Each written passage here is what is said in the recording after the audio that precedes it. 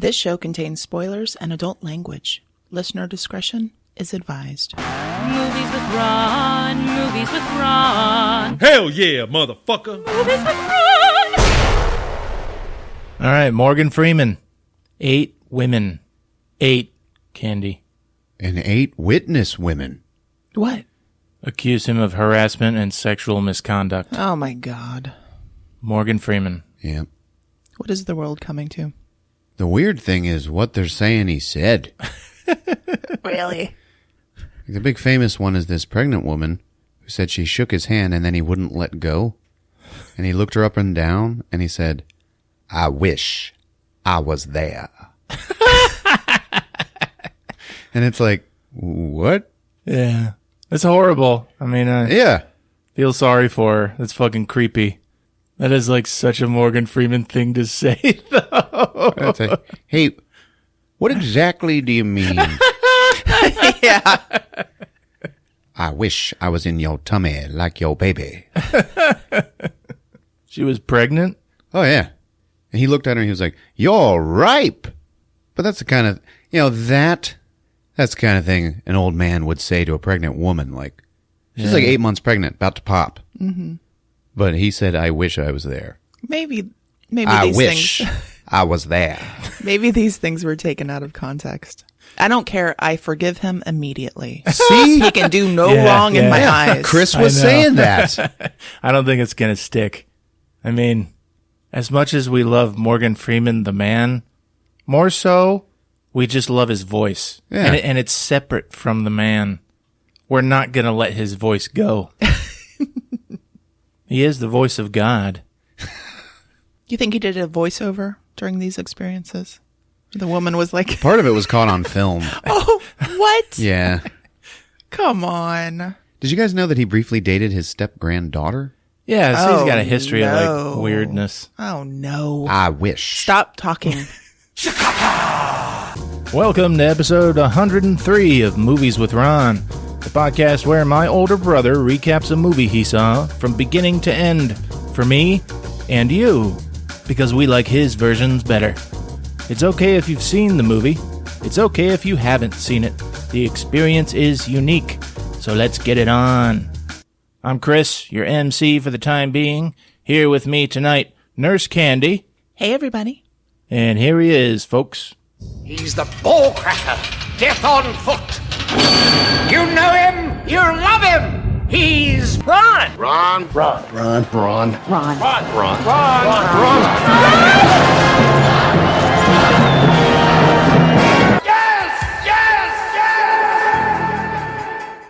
Hey, Ron. Hey, gang. I wish I was there. I wish I could tell you that Andy Dufresne fought the good fight. I wish I was there. Chris has a bag of organic sour heads over there. Really? Yeah. I took him on a date. She said she liked sour candy. Yeah? She said they weren't sour enough. Must be the organic. Is that a good sign? What? The candy wasn't sour enough? I don't know. I'll give you something sour. How about this? Is this sour enough for ya? Ew. Chris is like, "I've been eating warheads all day." We're like, I haven't showered in a week. Yeah. Sour. Got some tang on it. I wish I was there. I wish you were too, Chris. I wish you were there. Everyone say hello to Deborah Kutalik. Hey, Deb. Hi, Deborah. Hey, Ron, good job last week with Deadpool 2. Hey, thanks. Check this out. The two rednecks that were talking about wiping each other's asses when Cable winked into the timeline. Mm-hmm. I totally missed it. They were under, heavy makeup. Yeah. They were played by Alan Tudyk and Matt Damon. Damn. Wow. I wish I was there. I wish I was there. You know what they call that? Gaslighting? Mm-hmm. That's what we're doing. It's bad. They're making fun of it? Yeah. What's a little gaslighting between friends? You know, I don't feel like it. She was saying no, but you could tell her body was saying yes. What is she saying? She just made us a stinger. She was trying He to... was molesting somebody and doing his own voiceover for the experience. And like the woman could hear it. Like it was creepy and crazy. But also still like somewhat pleasant. Like all of his voiceovers. I could tell she was not interested. But I didn't care. Oh my God. You're a smooth son of a bitch. Piece of shit. I love you. All right, Solo, a Star Wars story. Yeah, man. Ooh. Do you wish you were there? All right, make your Solo Cups jokes now. They called the movie Solo. Think of a better title? Like Our Man Solo. Could have been cool. Our Man Solo, yeah. I don't know. In like Solo. Played by Alden Ehrenreich. Should have just shortened it to Alden Aaron. You want to be a movie star? Come on. Yeah, what's he thinking? I don't know who that is. I like his look. Yeah. I've seen the trailers. I wasn't convinced until the final trailer, which I enjoyed. Had a lot of Western kind of qualities. I don't like his voice, though. He just sounds like a guy. Yeah, he sounds like a millennial guy. Oh, let it be known. What does that sound like? Chris detests. You know, like Millennials. this. Hey, I do not sound like Harrison Ford. You know, it's like... I haven't had a hard life. I mentioned this to Rick, who's not here right now, but we wish him the best. And Rick's response was, "You want to know how to make a deep voice?" And then I said, "Punch yourself in the balls really hard." And I was just laughing to myself. I knew it was dumb. But he cut me to the quick. He was like, "If you'd stop joking, I would tell you."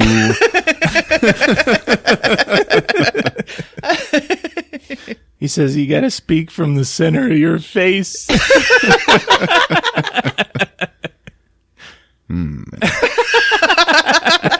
He says you got to do it where your nose vibrates when you're doing it.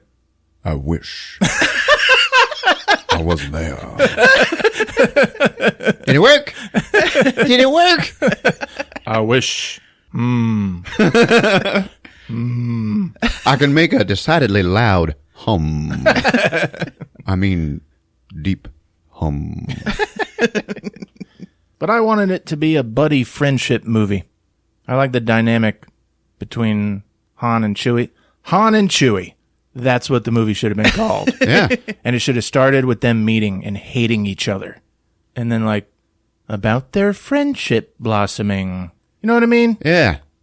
You know, in one of them prequels, the thing where it was on the Wookiee planet, originally they were supposed to meet a 10-year-old Han Solo who was being raised by Chewbacca.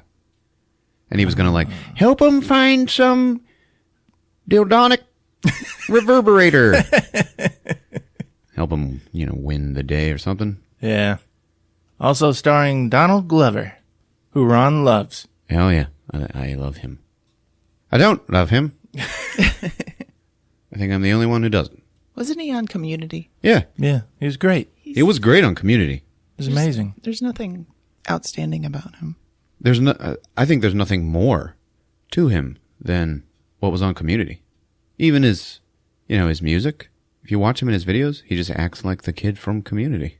And now he's like, He does music? the world owes me a living. He does do music. Oh yeah, he's like the golden boy right now. Yeah. Is there anything Donald Glover cannot do? Oh, okay. But it turns out he plays a pretty good Lando. All right. Yeah. Good. He actually acted like Billy D You know? All right. Emulated him very well. Still kind of made it his own by being slightly buffoonish. Also, Emilia Clarke. Emilia Clarke. Hell yeah. Best known for her tantalizing role of Sarah Connor in Terminator Genesis. She's also that blonde weirdo on Game of Thrones. Yeah. Oh. There's this hoopla about equal pay for women going on. People demanding it. Social change. But Emilia Clarke came out and said, on Game of Thrones, I was getting equal pay the whole time. What the fuck's going on? Yeah? Yeah. She just kind of slipped that in there. Yeah? All right, fuck it. We're moving on. How about Woody Harrelson? Oh, man. He's in this movie? Oh, yeah. Oh. Plays Woody Harrelson. Perfect. Yep. Perfect. Oh, I was just a regular type dude with a big ass dick. That's right. That is all you need. I don't think he's perfect. I think he can, like, sneak his way into these epic sci-fi and fantasy movies and think he can fit in. Yeah. And he's just Woody fucking Harrelson. I know, man. You are right. He's done a couple of, like, really out there things where he wasn't playing Woody Harrelson. Like when he played the cross-dresser in Anger Management. Yeah. You know? Lickensy Dickens. Yeah, I'm from a little town in Bavaria. And then also in Out of the Furnace.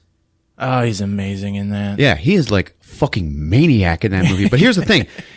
He's really still just Woody Harrelson if Woody Harrelson didn't have to worry about cops. That's who he would be. Choke on his hot dog. We got a question Excuse me. I'd like to ask you a few questions. from Jimmy Lansing. All right, Jimmy. With Solo coming out this week, what is your current thoughts on the Star Wars property? I personally think it's being ran into the ground and is being mismanaged. What are your thoughts on the situation, and how would you go about changing it? Wow, mismanaged. I assume he's talking about Kathleen Kennedy. I'll bet she gets equal pay. Yeah, probably so. Something tells me, though, that she don't really care. She don't really care about Star Wars. You know, she cares about Disney and money. Disney money. Yeah. I think she cares about the new Star Wars.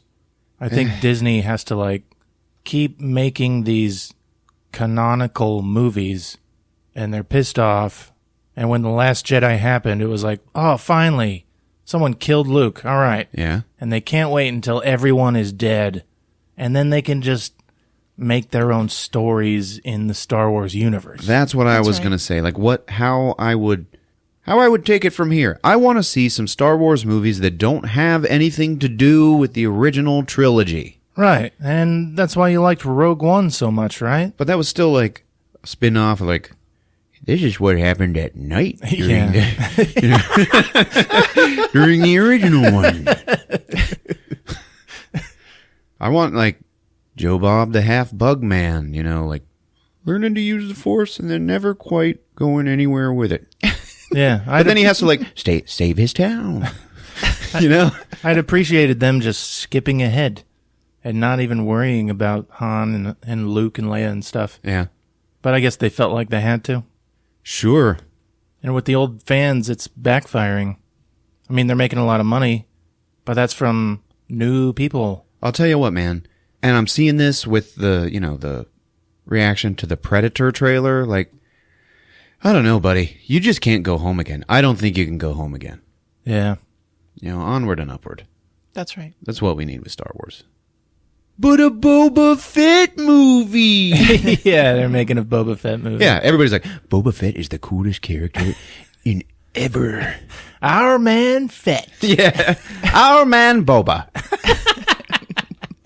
Bobo. Bobo the Fett. Boba Gump Shrimp. I wish I could tell you Bobo fought the good fight. Put Morgan Freeman in Star Wars. Hashtag put Morgan Freeman there. In Star Wars. In Star Wars. Right, of course. Hashtag let him go there. It's Morgan Freeman. March of the Penguins. I wish I was there. Candy, say words. Star Wars, go. Oh, God. What's all this Star Wars shit going on? No. They want to make more solo movies. He's got a 3-picture deal. Oh, okay. There you go. God. People want to see Star Wars. If you never wanted to crack the lid on that crypt, like if you were Kathleen Kennedy and you just wanted to let it lie, let it be what it is, and people are begging you for more Star Wars movies, what are you going to do? I doubt she's sitting there going, Devil's advocate from Candy. I love it. I doubt she's sitting there going, oh, let's exploit this. Let's make as much money as we can. I think she is saying that a little. You do. She goes on. She's good. I She's need got a enough ninth money. bathroom. This one I want to be all chili peppers. Damn, chili peppers. Chili pepper bathroom. Wish I was there. I want the toilet to be a big red chili pepper. So Kathleen Kennedy had the world on her shoulders, you're saying. She had to put more Star Wars movies out. That's Yeah. right. She had People no are begging choice. for it. Okay. And So if it she's- wasn't she's her, it was letting going to it be somebody, happen. right? That's right. Okay. And if you get a brand new Star Wars movie that has nothing to do with the old trilogy, aren't people really watching that to see a clip of Yoda or Darth Vader or something like that? Would it really be Star Wars without a callback to the original Yeah. series? That's probably what she said. What do you think it's like when Yoda poops? They're like deer pellets. Or like old dog do? Where it like kind of starts to turn white, but that's how it looks when it freshly comes out of him? He just squints really hard and it disappears in his body. He doesn't have to poop. You are probably right. Midi-chlorians, man. All right, folks. You love him and he knows? Movies with Ron. It's showtime.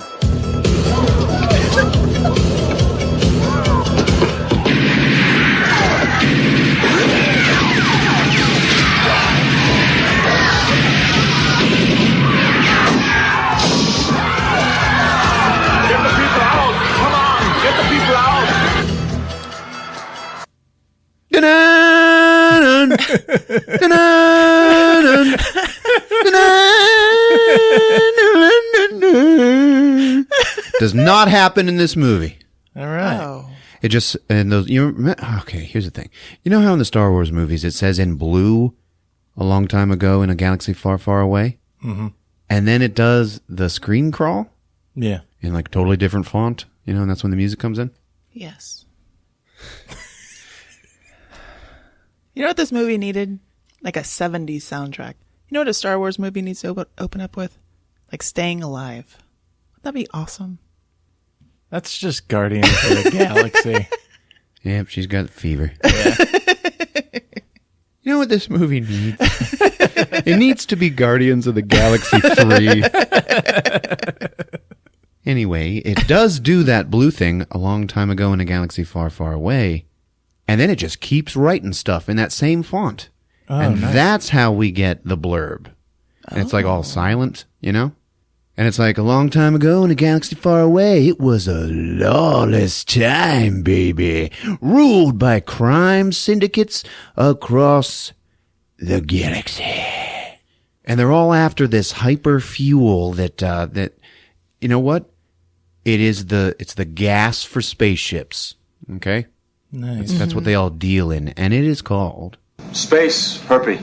That's disgusting! yes, space herpy. On the planet Corellia, Lady Proxima likes to force runaways into slavery so she can, steal this stuff. Mm-hmm. And one young man fights for survival and yearns to fly among the stars. And then we get the title card of the movie, Solo, a dinosaur story. And right away we get young Han Solo running away from his guards, his bosses, and stealing a speeder, okay? But it's like a car-type speeder, like Luke had. Mm-hmm. Not like a bike on Endor. Yeah. And he goes back home to the city of lost children. It's all the orphans that are in thrall of this Lady Proxima. Oh. He's just an older one. Like, he's like the leader of the Lost Boys. Yeah. So he goes back home into, it's like in the sewer, okay? And there's all these kids like divvying up some loot and like snorting coke, you know? You got any cigarettes? Regular or menthol? And then there's this girl, and she's like, Han! And it's, Sarah Connor. Yeah. She's got real short hair, though. They start making out like they're already in love. Movie's over. She's like, what are you doing, man? Well, I was fucking around trying to sell some space herpy to these guys for Lady Proxima, and I ended up fucking taking it and leaving, and then I stole their car, babe. She's like, you are so cool. Check this out. And, he holds up the one little vial of space herpy, and she's like, wow, that's worth like 600 credits. I don't know if that's, they acted like it was a lot. Yeah. So they're like, we got the money, baby. We're going to get out of here. We're going to buy our own ship and just sail the galaxy and, have unprotected sex with each other. It'll be monogamous. It's fine. And then you can hear the bad guys, coming in. They want to know where the space herpy is that he took, okay? They are led by a baby Tyrannosaurus Rex. It's weird. I don't know. He's got like a robot helmet on, but then he pushes a button and all the shields come off. And he just looks like a baby Tyrannosaurus Rex to me. So there you go. Damn. And he's like, not so fast, bitch. He's speaking in alien language, so it's like ooga booga. Mm-hmm. Lady Proxima wants to see you. And he's like, okay. And he gave the space herpy to Sarah Connor, okay? If you know what I mean. She hides it. And they drag him into this central sewer, okay, with a big pool of sewage. So there's like logs of poop.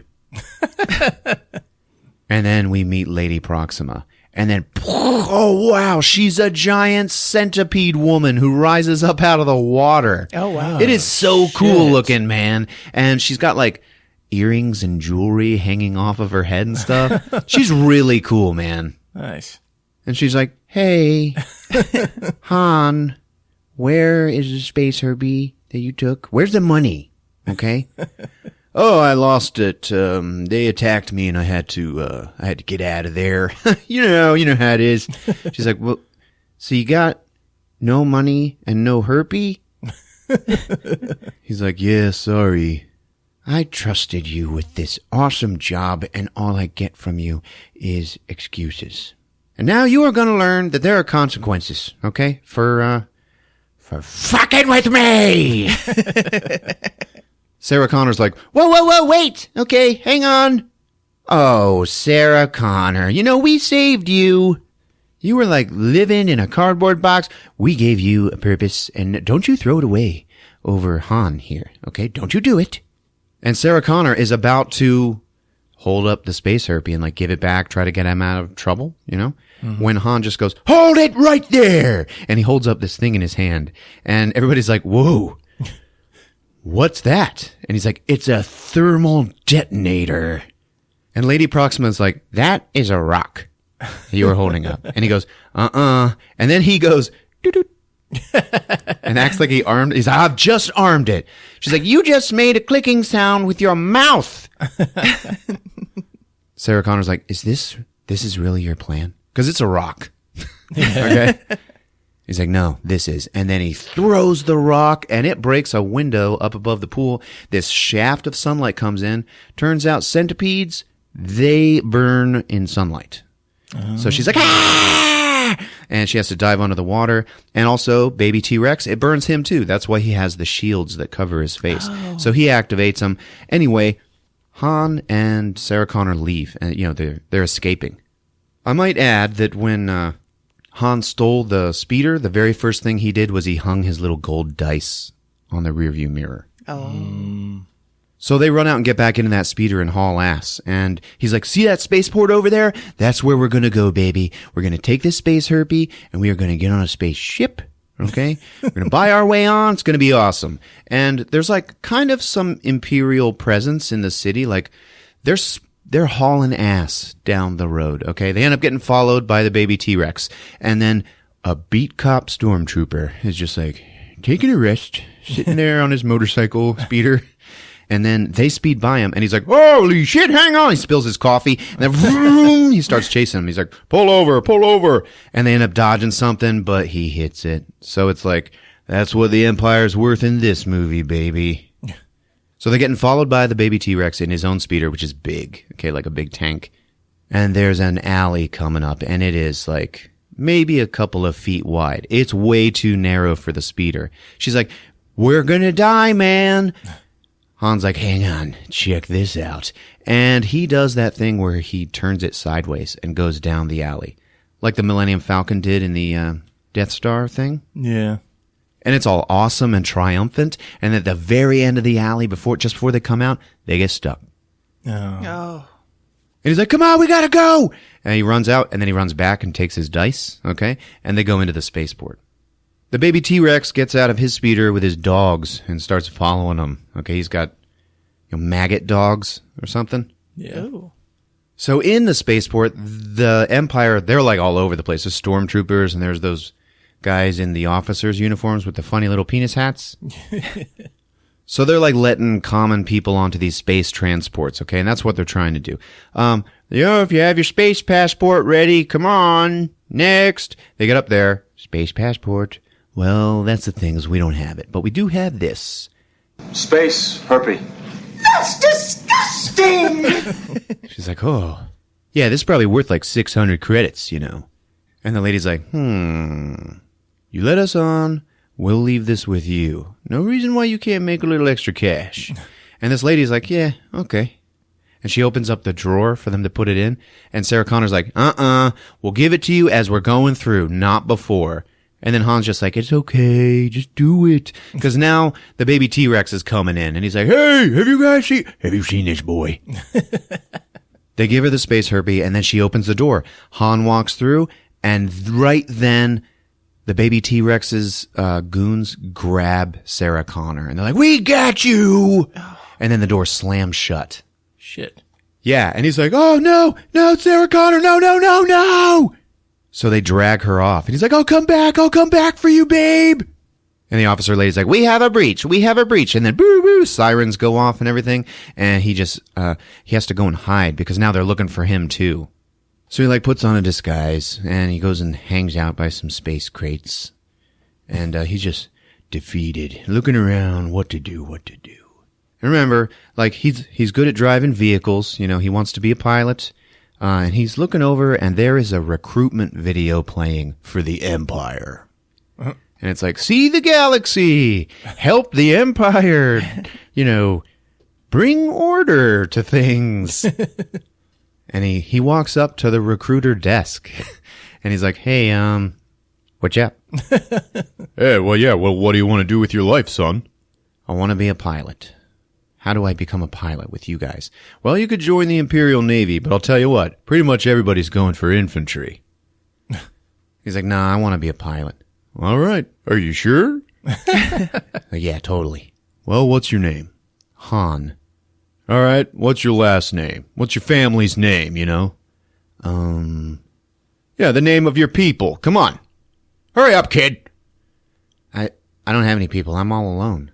And then this recruitment officer just goes, and he starts typing in. He goes, Han Solo. And then Han like looks up like, hey, you're pretty good.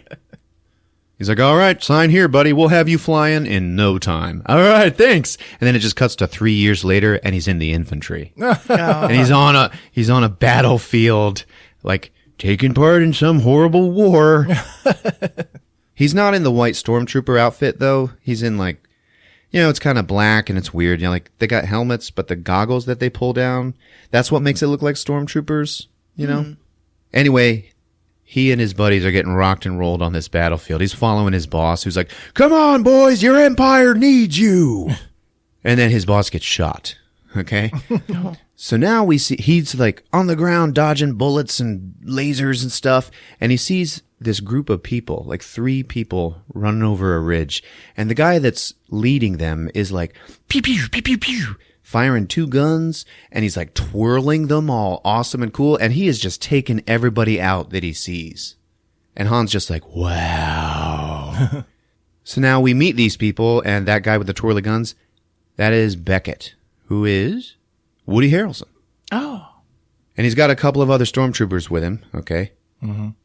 And they're like, man, we got to get the hell out of here. You promised us an easy job. But this right here, this is war, man. You brought us to a war. What are you doing? He's like, don't worry, man. Yeah, oh, there's the transport right over there. That's what we got to steal. And Han, he hears all this. He's like, what the hell's going on here? Hey, our commanding officer's dead. Well, all right. Who's the next guy in command? Han looks at this guy's Imperial uniform, and he's like, well, you are, Captain. Oh, okay. Well, then here's what we're going to do. Okay, you're going to go over that ridge there. We're going to take all these guys out, and here we go. Let's do it. So Woody Harrelson, who is impersonating an Empire officer, like leads a successful charge across the battlefield just to keep his cover. Yeah. They get done with it, and Han Solo's like, hey, thank you so much, Captain. You know, I don't know what's going on, but you did great. Yeah, I don't want to talk to you. I don't want to be friends with you. You know what? You just go away. His buddy's like, yeah, stick to soldiering, kiddo. You don't want none of this. And they're going to steal a spaceship that actually picks up the AT-AT walkers, the AT-ATs, and can fly around with them and transport them. So they're going for that ship when Han tracks him down again. He's like, hey, check this out. I know that you're crooks. Okay, I was looking at your uniform, Captain, and it's full of laser holes. So, you stole that off of a dead guy. Okay? He's like, man, fuck you. And your buddy over here, I can tell that he has 4 arms because 2 of them are like jammed down his pants and stuff. I can see that. All right. Anyway, let me join you, okay? I'm a pilot. I got kicked out of the pilot academy, for having a mind of my own and a big penis. So now I'm just a grunt, and I gotta get out of here, man. I gotta get back to Corellia. And they're like, whoa, man, you want to go there? That's a shithole. He's like, yeah, well, it's important. I gotta go back. No. And Han's like, okay. If you're not interested in me, I'm sure the Empire is going to be interested in you.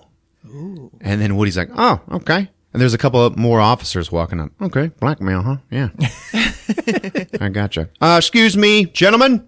And he calls to these other officers. They come over, and they're like, what's the problem, Captain? And he's like, take this piece of shit away. He's a deserter. Whoa. And a liar, so don't believe anything he says.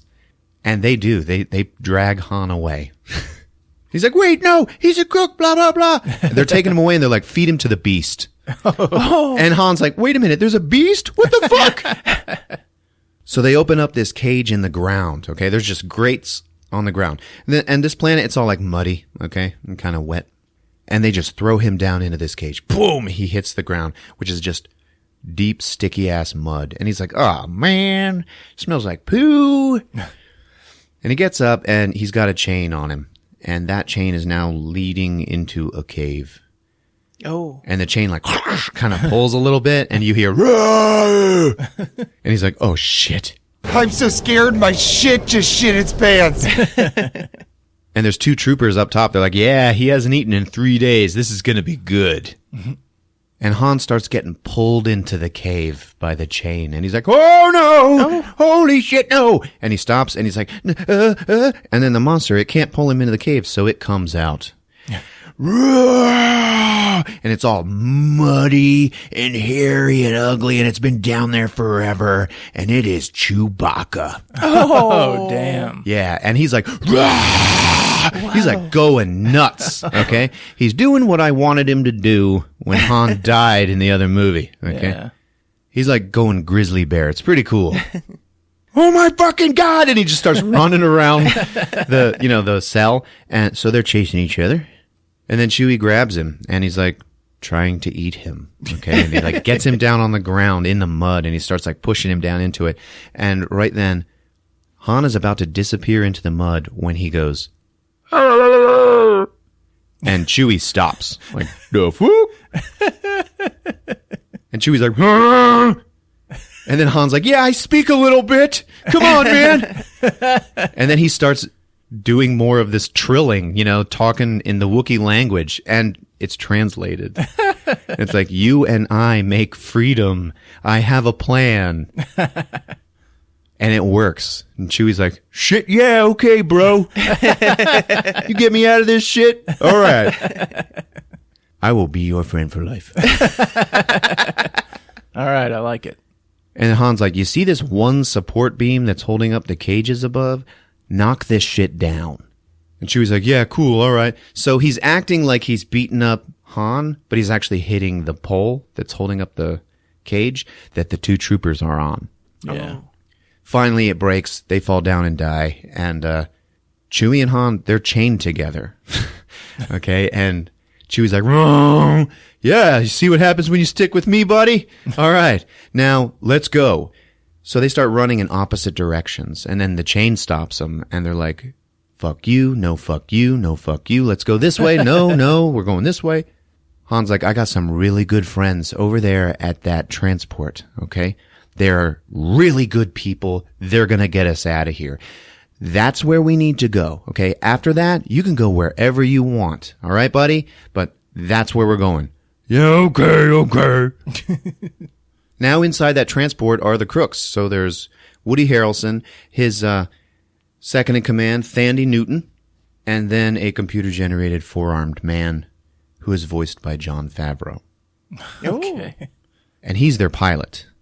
And they start taking off, and then they see Han Solo running up, chained to a Wookiee, and they're like, "Holy shit, man, look at that kid. He's doing great. Man, is that a Wookiee? Oh my God." And Four Arms is like, I'm not going to lie. This kid is growing on me." And they're waving at him like, "Please let us on. Oh my God, please."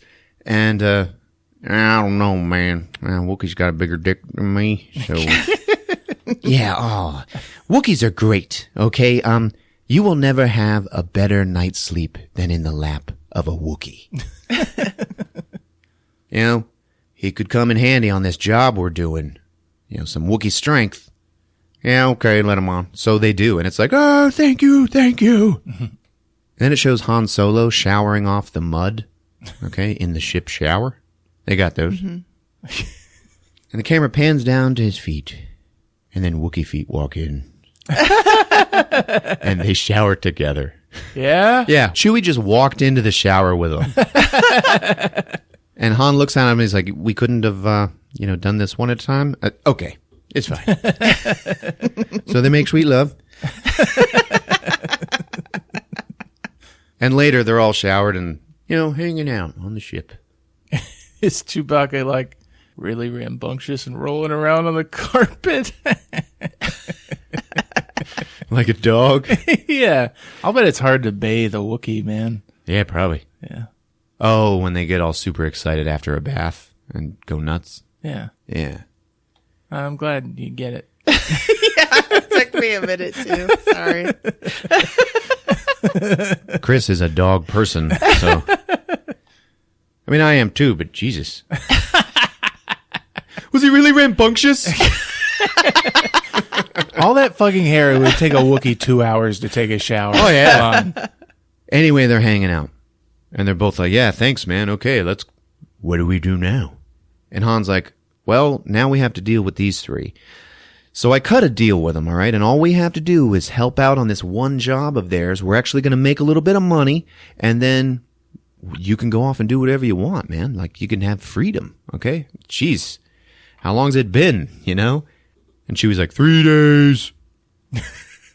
So what's your name anyway? Chewbacca. Man, you're going to need a nickname. I'm not saying that every time. So they go to this new planet where they're going to do this job. And it is a snow planet in Star Wars. Are you sure it's not salt? I am sure this time. Okay. No. Come to think of it, it could have been salt. Okay. But the cocaine. Space blow. So it's night and they're camping. They got a fire going. Chewbacca starts cooking up these pigeons, you know. They're looking at him. That's my wife.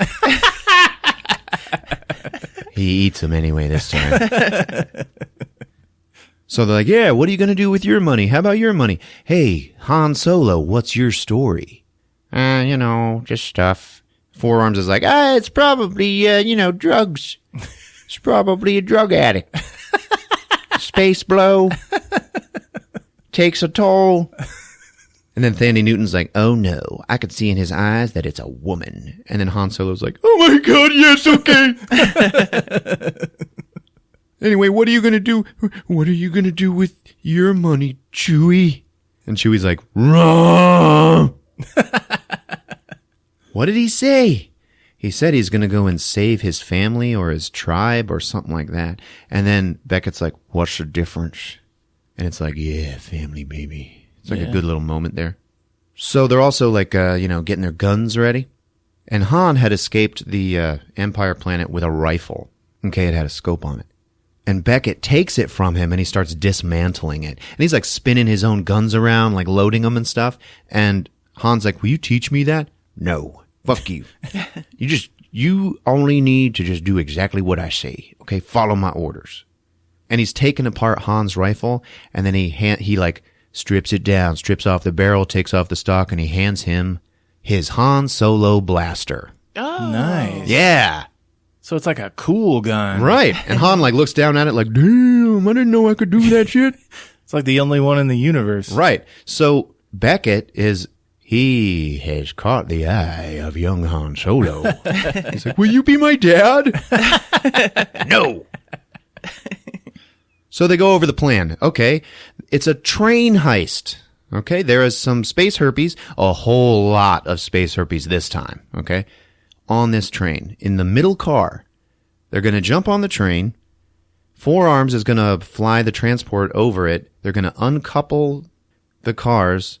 They're going to hook some cables onto it, and Four Arms is going to fly away with this train car. And then Thandie Newton is going to blow the bridge just to make sure everybody dies.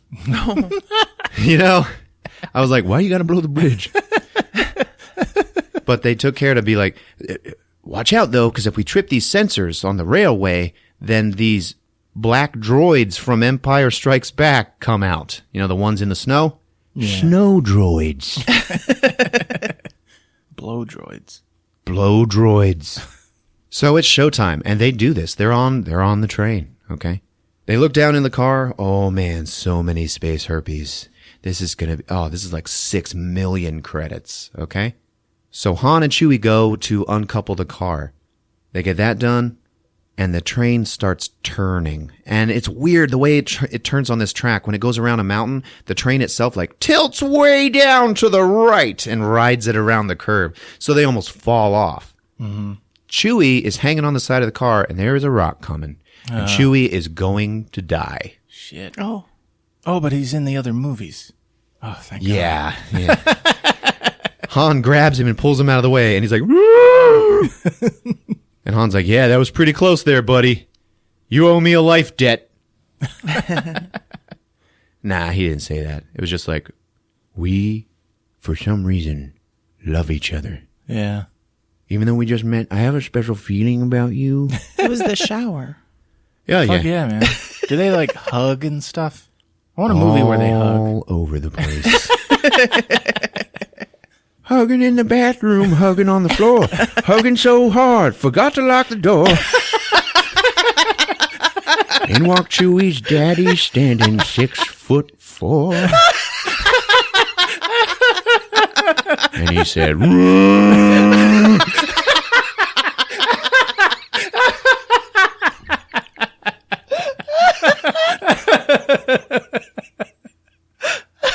oh, thank you. So alarms go off, because half the train is gone now, and stormtroopers come out, and they got magnetic boots so they don't fall off the train. Mm-hmm. When all of a sudden, in come these marauders. And I'm sorry, they were talking about this around the campfire. There's this special smuggler marauder that they all kind of fear named Invis Ness. Okay? Mm-hmm. I think that's the name. He's like after the same shit? Yes. Okay. Okay, and they were like, are we worried about him coming? Woody Harrelson's like, hell no. I love it when he comes. But nobody knows about this heist anyway. So, no one knows about all these space herpes on this train. He won't be there. Okay. And then he's there. He flies in on some bike speeders with his other buddies. And Invis Ness has this really awesome helmet on that's got all these sticks jutting out of it. It's really cool. Mm-hmm. And he has this super deep... His mask makes him look like a robot, but he's like super deep voice. Hey, you bitches, give me the shit. It's Invis Ness. He's here to snake our score. 4 arms in the, the ship. He like lowers down the cables. Okay, hook them onto the car. Let's do this. They hook a bunch of the cables onto the car, and Chewie and Han are going to uncouple the car from the front of the train. While they're having this fight with these marauders, they end up tripping one of the sensors, and out come the blow droids. But they come after Thandie Newton on the bridge, who's like busy rigging thermal detonators and stuff like that. Mm-hmm. She just loves killing people. Just loves it. One of the marauders jumps into the transport and starts coming to kill 4 arms, and he has to turn around and shoot at him with 4 guns. And once he kills him, but he is shot pretty badly. Okay, and he's like, oh, and the ship's like, ba-bang, bong, bong. Mm. It actually has to kind of land on the train for a second. It's like pretty harrowing. Anyway, he kind of gains control again, and Beckett is like, hey, buddy, you okay? Still with us there, buddy? Yeah, I'm fine. I'm totally fine. And then Beckett's like, he is not totally fine. I can tell something is wrong. Han? And Han's like, okay, Chewie, you're going to have to uncouple this one by yourself, okay? And Han has to get up into the ship and fly it. Because remember, he wanted to be the pilot, but he couldn't get the job. Yeah, there 4 arms, Uh-huh. He goes in there, and there's 4 arms, and one of his shoulders is melting. He's like, it's just a flesh wound. It's fine. I'm just gonna rest my eyes. And Han's like, oh, I'm sorry, buddy. And then he just picks him up and flushes him down the toilet. He gets back in the seat and starts flying the plane now. Now Invis Ness jumps down onto the train car with Beckett, and they start fighting, and he's also cutting off cables and things, and his buddies are shooting their own cables onto the train car. Thandie Newton is now totally screwed. Okay, there are so many blow droids coming after her, and she's talking to Beckett on the radio. She's like, hey, okay, blow droids are here. He's like, the train is almost there. You got to get the hell off of that bridge. She's like, nope, I don't think so, babe. I think this is it. And he's like, wait, no. And she says, it's been a ride, babe, but I wouldn't have traded it for anything. And then she pulls out her little detonator and boop, blows the bridge, kills herself, kills all the droids, and the train starts going over the side. Right then, Chewie is like, shit, I wish I could uncouple this train car. But he gets it at the last second, and now they fly away with this car. Beckett's like, no, because he loved Thandie Newton. Yeah. So now the Marauders have cables on the car, and so does Han's transport. And they're kind of playing tug-of-war as they're flying through the air, okay? Wow. And they're heading for a big snow blow mountain. And Han's like, and then you can hear Invis Ness go, release the cable or you die. And Han's like, holy shit, I better release this cable. I haven't had a very hard life. Beckett's like, don't you fucking do it. And Han just bloop, releases the cable. Oh. Now the Marauders, they don't have time to pull it out of the way either, so they have to release their cables. So the train car goes down, and all the space herpy blows into this giant balloon of energy, and then it sucks back down into nothing, and then the real explosion happens, and the mountain of blow is just gone. Beckett walks in, and he's like, holy shit, you dumb fuck. That wasn't for us, man. We were hired to steal all of that space herpy, dude. Okay, so now we owe 6 million credits worth of space herpy to the Crimson Dawn, okay, that crime syndicate, and they are going to fuck us. Hard. And Chewie's like, The only thing we can do is we have to go to them and tell them we fucked up and then ask forgiveness and see how we can try to make it up to them. Han's like, well, okay, I want to go too. I want to be like you, Dad. Like, no, man, if you come to, then you are in this life for good. And Han's like, yeah, okay. How about you, Chewie? And Chewie's just like, mm-hmm. That means yes. So they go to the Crimson Dawn, and it's a spaceship, but it's like a yacht. You know, it's like real nice. They go inside, they have to put their guns, you know, in the desk or whatever, and then they go up an elevator to the top floor of it, and it's like, dun, dun, dun, dun, dun, dun, dun, dun. There's like a cantina and a party going on at the top of this spaceship fucking yacht. I don't know. They're like, hang on, you're going to meet the leader here. He's just busy in a meeting with the governor. And then it just cuts to that. And it's Vision. What's his name? Paul Bettany. Oh. Yeah. And he's got like scratches down his face. That's his Star Wars makeup. It's just like scars down his face. Okay. And it just cuts to him killing this governor. Like with a double-bladed like knife, you know, that like glows red. Okay? It's like a special like little laser knife. Mm-hmm. Also, in the party going on, there's like more space hooker singers, okay? Yeah. Like in Jabba's thing. And it's this lady, she's in gold clothes, but she's singing a duet with a fucking head in a jar of water. And the head's like, oh, boom, boom, boom, boom, boom. Like, she's doing pretty good. Han's like mingling around. Beckett is like, dude, don't hang out with these people. They're not your friends, okay? Keep your eyes down. Don't even make eye contact. He's trying to do that when a hand comes up and touches his shoulder. He turns around and it is Sarah Connor. Oh. And she's all showered and her hair is longer, you know? Yeah.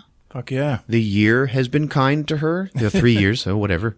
She's like, hey, killer, what's going on? Want to pick up where we left off? He's like, I was coming back for you, I promise. She's like, yeah, no, I get it. It's good that you got out, man, because they would have killed you. So I'm glad you did. Well, obviously you got out. You know, how'd you get out? And she just goes, I didn't. Uh-huh. And we see on her wrist, there's a little brand, a little tattoo with the Crimson Dawn's logo. Oh. Okay, so they own her. Beckett shows up and he's like, stop talking to people. I told you. Oh, hey, Sarah Connor. Like he knows her. She's like, yeah, me and Han here, we go way back. All right, well, let's all go meet Vision together. So they go in and they're talking to him. And he's like, yes, Sarah Connor, she's my top lieutenant here in my, syndicate of crime on the planet of Blow.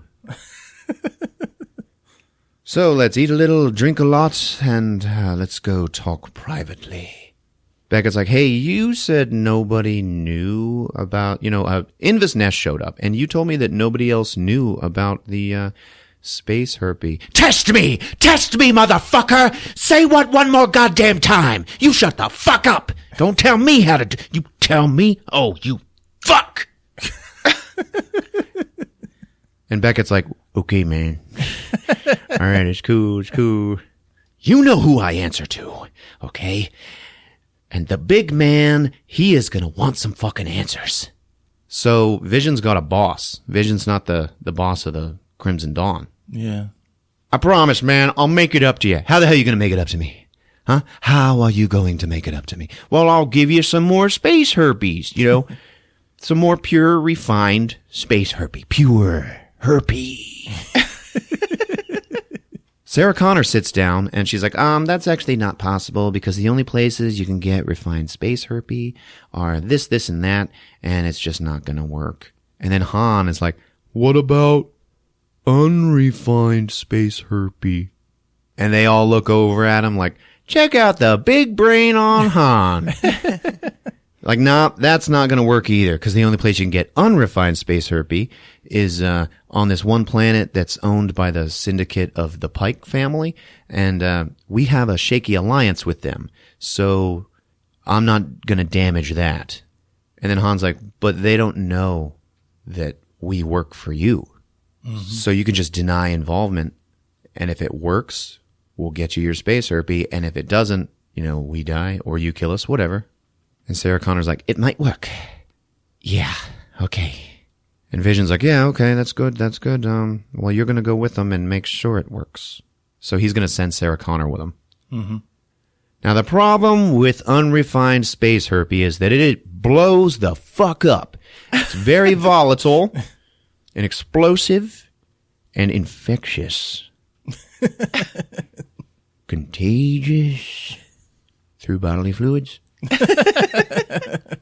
Unless you refine it, and you lower its danger. Then it can be, the gas for your spaceship. Yeah. But you got to process it real fast after it comes out of whatever, the herpy mine, okay? Now, this herpy mine that they're going to go and rob, it is in the middle of this giant storm called the Acades Maelstrom. And it's just this giant storm in space, okay, with this little planet, all right? And there's only one way through it all. Mm-hmm. And that way is called the Kessel Run. Damn. Yeah. You're going to need a fast ship and a brilliant pilot. And Han's like, well, we already got the brilliant pilot. Am I right, Chewie? All right, so we got to go get this fast ship. I know a guy, and, he's a retired smuggler. Now he considers himself a sportsman, but he is like dripping with charisma and smells like coconut. It's intoxicating. He's also a really great pilot. Well, we just want his ship, okay? So they go to the planet where this guy is on, and they're in a cantina, okay? It's all, this one's pretty grody looking, dusty and dirty and full of scum and villainy. Mm-hmm. And they're talking about this ship that he's got. He won it playing a game of sabacc. He's a gambler now. So now we see who they're talking about. And it is young Lando Calrissian. Woohoo! And he is at the sabacc table, and he's got this big old mound of gold and booty in front of him, And he's like being all charismatic, talking about heavenly bodies. He's drinking Colt 45. And they say he won this ship in a game of cards, right? So Han Solo's like, all right, Sarah Connor, you got all this syndicate money. Back me. Buy me into that game. And I'll get his ship. She's like, yeah, okay, cool. So he sits down, and Lando's like, oh, who the fuck are you? I'm just a guy, is this the sabacc? Is that what this game is? Sabacc, yeah. You ever played? Not really. Anyway, here we go. I'm going to join the game. And he wins his first hand, and he's like, ha, beginner's luck. And Lando's like, yeah, cool. I heard you, Mr. Calrissian, I heard you won a ship in a game of sabacc. Is that true? Yeah, that's right. Well, man, I would never put my ship up for, the game. I just love it too much. What kind of ship you got? It's a, DCX Dildo 5000. And then the whole bar is like, whoa, nice ship. It is a long, smooth shaft, complete with two balls. And then Han keeps winning. Okay, there's a little montage, okay? And he's got this giant pile of winnings in front of him. And Sarah Connor's watching him like, yeah, okay, I like this. He's doing good. And he beats everybody in the game. They all have to fold, and it's just him and Lando, okay? And Han ends up raising him, and he's like, I don't know, whatever this is, and just pushes his entire pile into the middle. Yeah, well, I call. With what? With my ship. My ship against your ship. And it's like, oh, okay.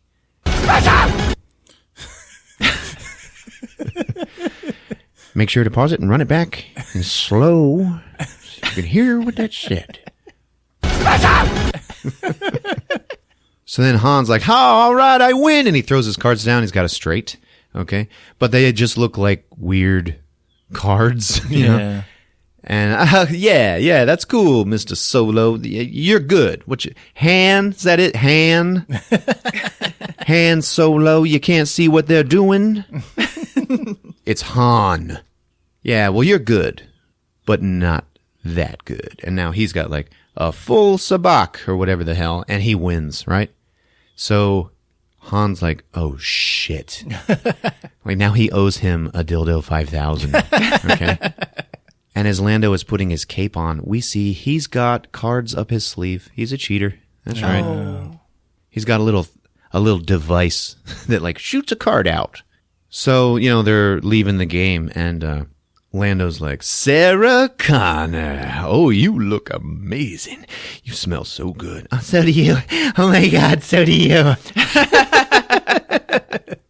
Listen, we need a ship. We need a fast ship. Oh, well, I got one, And Han is like about to walk away. He's like, hey, hang on, man. You owe me a dildo 5,000. Well, I don't have it here, Listen, we need your help. We need your ship. We're making a Kessel Run.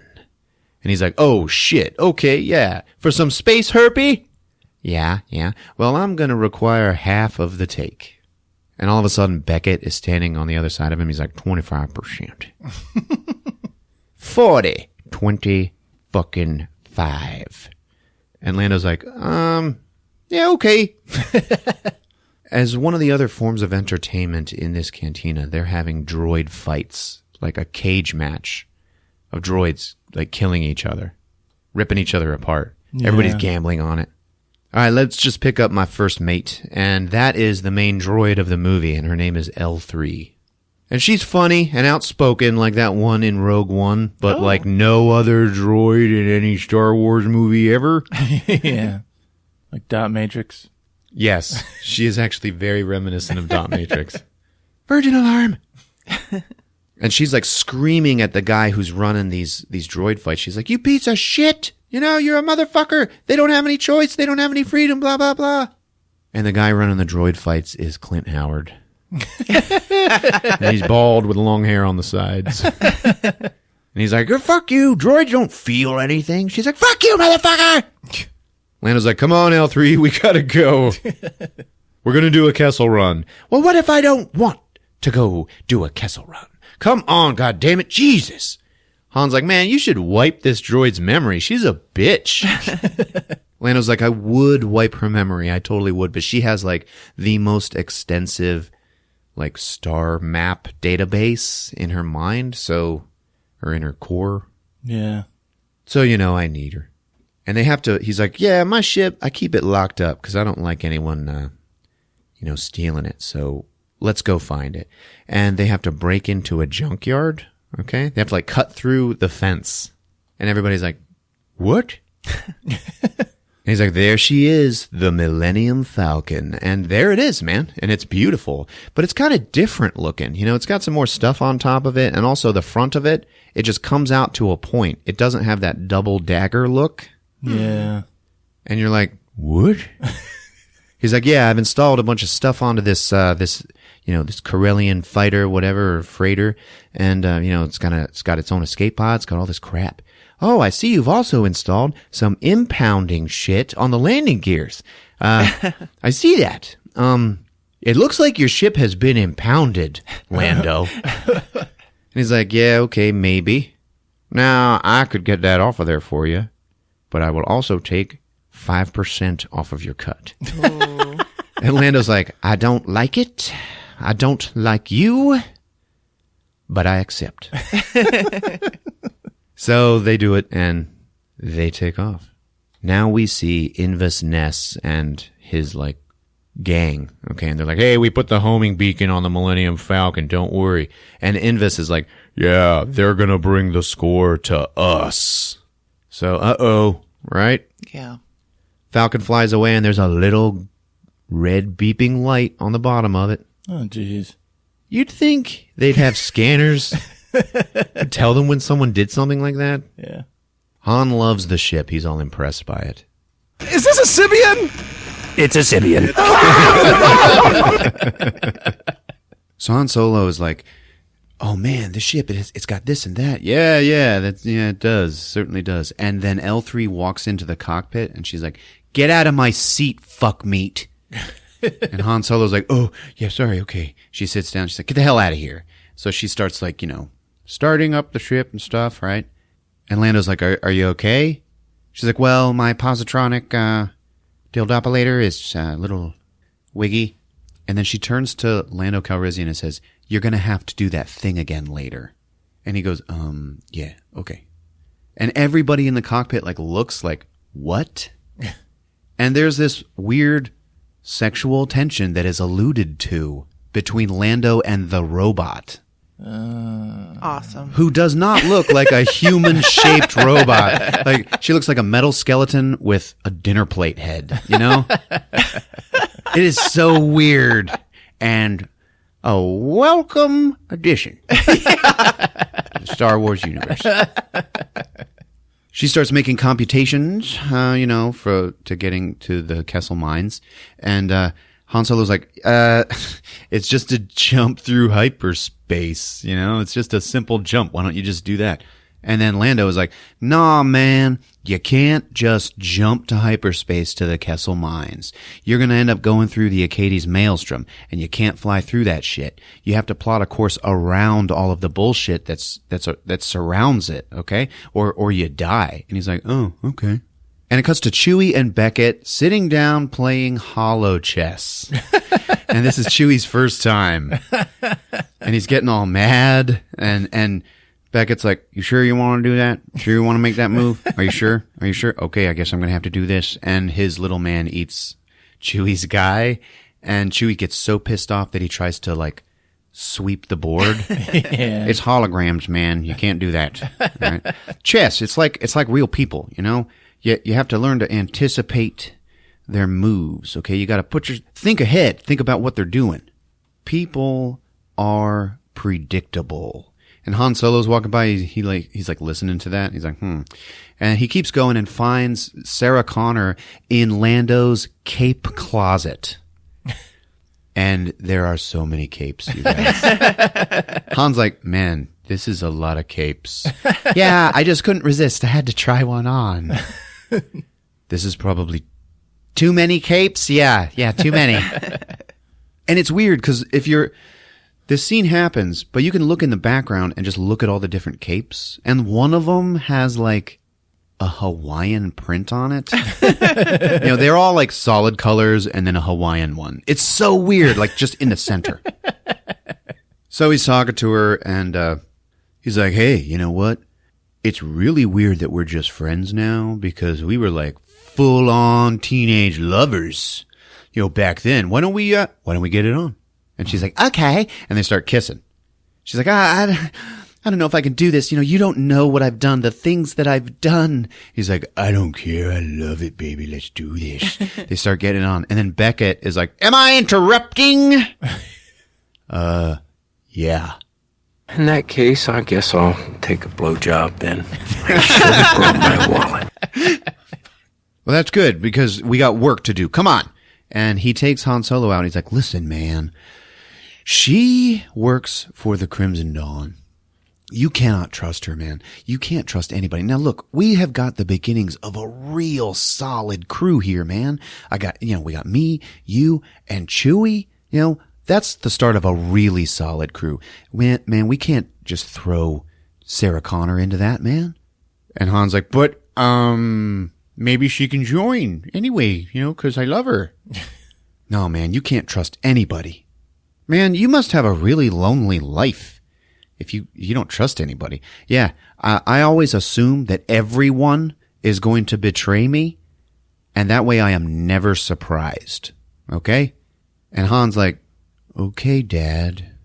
These are the life lessons this man is teaching him. Yeah. So they finally jump to the Acades Maelstrom, and there's a planet buried deep inside of this, but it's this giant cloud of storm just in space, okay? And they're talking about it, and it turns out that in this storm, there's giant carbon bergs that are just like crashing into each other. Mm-hmm. So it's unpredictable, and they keep this one pathway through it clear, and there's like floating space machinery that like keeps it open, I guess. But it's like this big giant twirly wormhole that they have to fly through it. Lando's like, okay, I'm gonna go check on the dampeners for this ship. L3, do you need anything? And she's just like, equal rights. He's like, yeah, cool, okay. he leaves. And so it's just L3 and Sarah Connor. And L3's like, so what are you going to do about your problem? What problem? What are you talking about? Well, I can see by that tattoo on your wrist that you are owned by the Crimson Dawn Syndicate. And I can tell by Han Solo's pulse that he is in love with you. So that's going to be a problem, right? What are you going to do? She's like, he's not in love with me. No way. And then L3's like, yeah, it's kind of the same thing between me and Lando. And Sarah Connor's like, what do you mean?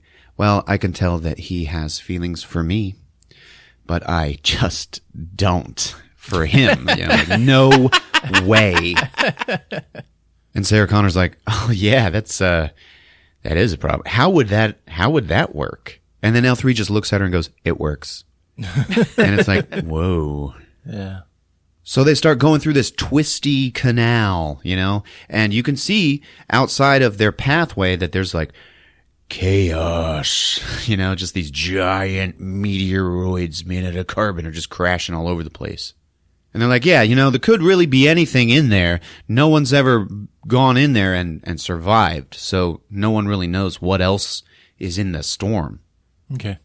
They finally get to the middle and yep, a little planet, little Kessel planet. Okay. And it's a mining colony. So that means slavery. And they're like, yeah, mining colonies, man, they are the worst. Yeah, it's okay. We're here to do a job. Let's just get this done. So they land and their ship door opens up and they walk out. Okay. And there's Sarah Connor wearing one of Lando's capes and it's red. So she looks all regal and like kind of bad. Yeah. And behind her is Han Solo and Chewbacca in cuffs, like they're prisoners. Oh. Behind them is Beckett. Okay. Woody Harrelson wearing Lando Calrissian's bounty hunter disguise from Return of the Jedi.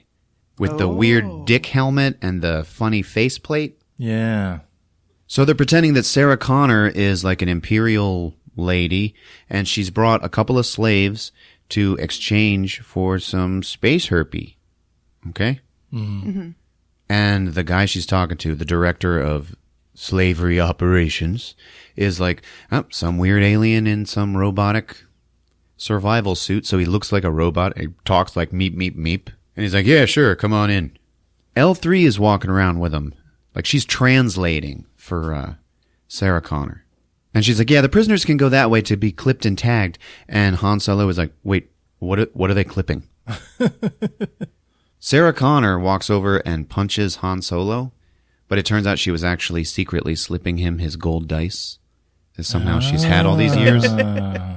So Sarah Connor goes in to negotiate the deal with this director, okay? Which means Han and Chewie go down to the mines where all of the slaves are working. And it's like, shit. Yeah. And Han, like, takes out some guard and puts on his uniform as a disguise. And it's just like regular clothes with a toaster oven helmet. The director of slavery is like, okay, your security attaché, he can wait outside. Surely we don't need him for negotiations, right? Sarah Connor's like, okay, Woody, you wait outside. Yeah, okay, all right. So they shut the door. And then inside, Sarah Connor just kicks the shit out of this guy and takes all of his slavery keys. L3 is like, holy shit, what was that? She's like, Taekwondo, Star Wars style. Vision taught it to me. It's like, wow, I've never seen anyone's ass kicked so hard.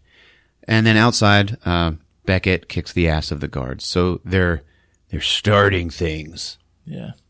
Now L3 needs to use a computer terminal in the control room, which is all full of just droids. Just running the slavery operations like droids. She walks up to this one, and she's like, hey, I need this terminal. I need to use this terminal. Could you move? And it's like, beep, boop, beep. Like it's not going anywhere. She's like, seriously, come on. I just need a computer terminal. It won't move. She's like, oh, you have a restraining bolt. Stupid ass restraining bolts. So she pries it off. And this droid's just like, beep, boop, beep, beep, beep, beep. And it backs up. She's like, yeah, fine. Get out of the way. And she starts doing stuff on the computer. And he stays there and beeps at her. And she turns around. She's like, I don't know. Do whatever you want now. You're free. Beep, boop, beep, boop. I don't know. Go free your brothers and sisters or something? I don't know. Just leave me alone. And it just rolls away. And it starts taking off restraining bolts of all the other droids in the control room. And they're all like, like waking up. And one of them is like a protocol droid. You know, it's a different model than C-3PO, but it slams its hand down on this big green button and it says, freedom. Boop. And all of the slaves' collars down in the mines just fall off. Oh, damn. So L3 just like started this revolution. Like on accident. And all the droids are like, getting the hell out of here. All of the slaves are turning on the guards and it's like a riot down in the mines. Han and Chewie, they're like still trying to go towards the space herpy, room. When Chewie spots a bunch of Wookiees. Oh. And he's like, "Rrr!" Han's like, come on, man. You remember what Beckett said? Stick to the plan. Beckett also told him, do not improvise. Stick to the plan, okay? No matter what happens, you do what I tell you. Mm-hmm. And Chewie's like, no, man. They're Wookiees. Okay, you know what, Chewie? It's been good. You might need this. And he hands him a gun. And then Chewie leaves to go and join his people and help get him out of there. Yeah. So Han continues, and he finds the space herpy cache, okay, where it's all the raw, unrefined space herpies flying around in the room in these big tanks. And he loads one up on this cart, and he's like, okay, I got one. All right, cool. You only need 11 more. He's like, oh, geez. And they're heavy. So he's like pushing this cart down this riot hallway. Oh, my gosh. Back in the Falcon, Lando Calrissian is like sitting there with this little hollow recorder, and he's like, The Calrissian Chronicles, Volume 22. And he's just start like telling some random story about his past. When all of a sudden you just hear boom, boom, boom, and he looks out the ship, and there's a giant escape happening. Like all of these slaves and droids are leaving, and there's explosions all over the place. And he gets on the radio to L3. He's like, hey, what the hell's going on? What's going on down in that mine? She's like, why? Do you see a mass escape happening? He's like, yeah, I think so. It's the rebellion. It's freedom. I'm so glad we took on this job, Lando. I finally have a purpose. Han pushing this cart runs into like 6 guards. And he's like, oh God, they're coming. They're coming for me right now. What do I do? Beckett, what do I do? And Beckett just yells out, improvise. But you said don't improvise. You said to follow the plan. Well, I don't know what to do. And then, boom! Chewie jumps in front of him and takes out all the guards. All right. Nice. Yeah, and he's got his Wookiee buddies with him. Okay, so they all start like helping push the cart out of the mine. And one of these random Wookiees, which it turns out had Anthony Daniels in the suit, and that's the guy who played C-3PO. Oh. So he has still been in every one of them. Oh. Nice. You know? Han looks at this Wookiee and he's like, hi, I'm Chewie's friend Han. And this Wookiee just like starts patting him on the back like, good job. Good job, buddy. Outside, Lando is freaking out. You know, he pulls his gun. All of this chaos is happening, all these explosions. And this is his pride and joy, this ship. Okay? And he's just there for his 20%. So he's getting all upset and he's like, damn it, what the hell's going on? Han! And Han Solo's coming out with the stuff in the cart. And he yells out, it's Han! Don't fucking call me Han! Everything's blowing up. There's lasers flying everywhere. Everybody's beating each other up. It's this huge fight happening. And Lando's like, where is L3? Where is she? I need to know where she is. Where is she? And she starts running out of the cave. She's like, I'm coming, Lando. And she yells out, freedom! And then boom, she gets shot. Oh. And she's damaged. She goes down. Lando's like, L3! And he just runs through the chaos to get to her. Once he gets to her, he's like trying to pick her up, and boom, he gets shot too. So he goes down.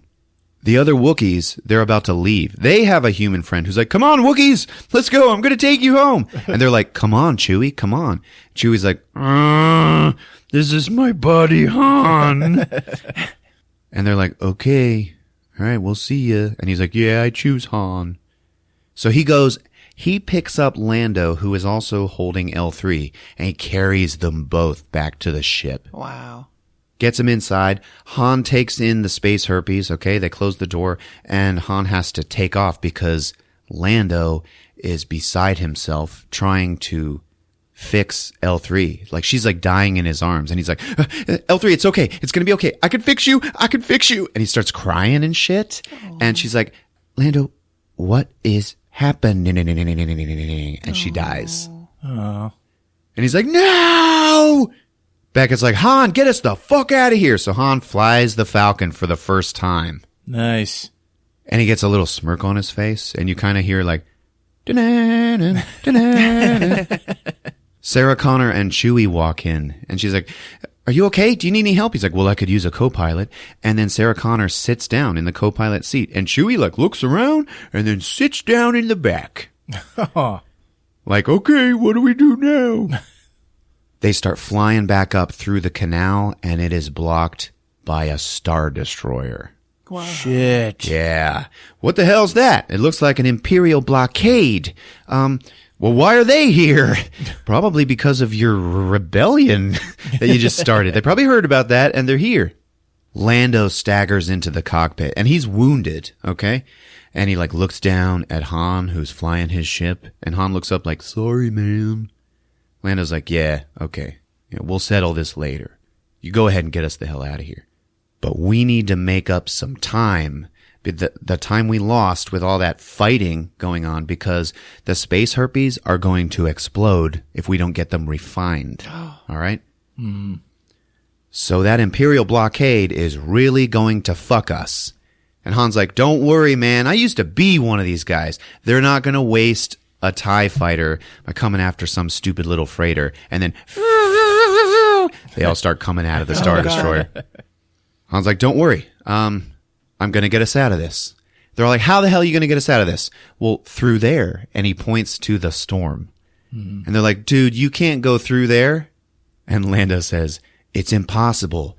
You can't make the Kessel Run in less than 20 parsecs.